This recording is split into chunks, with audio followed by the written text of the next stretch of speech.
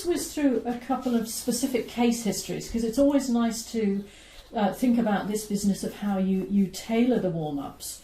And by the way, Ruth, this is probably going to start answering your question about how long do you take and what do you do. So yes. Here are some specific cases. Thank you.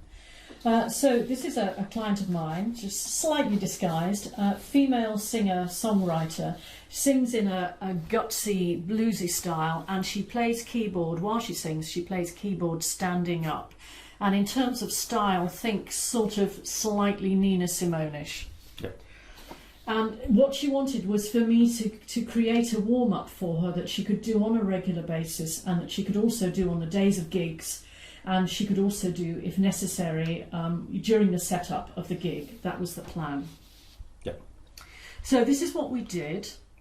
We started with, the targets. Thanks, Jeremy. Yep. So the targets, because of this singer's specific issues, were to release constriction. That's too much activity in the false vocal folds, and to address vocal fold contact issues, because she was slightly breathy. She had a bit of posterior glottal chink, I thought, and to embed these essential techniques into performance. Yep. Got another bullet there? No, that's it. No, that's it. Okay. So here's what I created for her. The warm-up started with our friends, the voice fricatives, and moving into energised, hey, hi, hello. This was important because it's a kind of target energy for the style of singing that she was using, mostly singing in chest register and quite heavy-duty energy. But I also alternated that with smaller sounds, so that she wasn't overworking the vocal folds in terms of volume. And she needed to kind of calibrate between those two energy levels as part of the warm-up. And you're probably looking at about a minute or 2 minutes maximum. Yeah, once the doing warm-up's been taught. Yeah.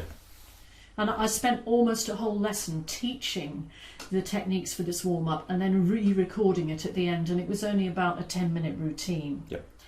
And then our next step was to move from the voice fricatives. She likes doing the z sound into vowel sounds, still not sung, and doing things like za, za, za. So we're starting to get pitch glides, we're connecting with the breath, we're getting those vibrations going so that she could keep targeting those things. Yep. And also building in a little bit of range. Now to release constriction, that was her next one. Yep. We did a little bit of quiet chuckling, just doing a little and that worked well for her. But then following that with a silent breath. So moving from a chuckle to silent breath, and then just beginning to sing single pitches, for example, like ah or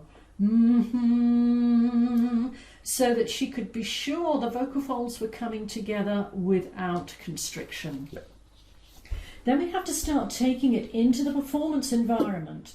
So she would stand at the keyboard. In the lesson I had her standing at the piano, and she was to play chords, simple chord sequences that she might typically use in some of the songs in the gig, and just to start riffing around on single notes that she might be singing within those chord sequences, and starting to build little melodic patterns built on the chord sequence, and alternating between the quiet sounds initiated with the and then into the za sounds. She's sort of beginning to embed everything into singing the songs, and then finally repeating that sequence but moving into some lyrics from the upcoming gigs, maybe on a single note initially, maybe on 3 discrete notes in the range, and then finally playing the chord and singing the first line of the song that she'd be doing in the gig.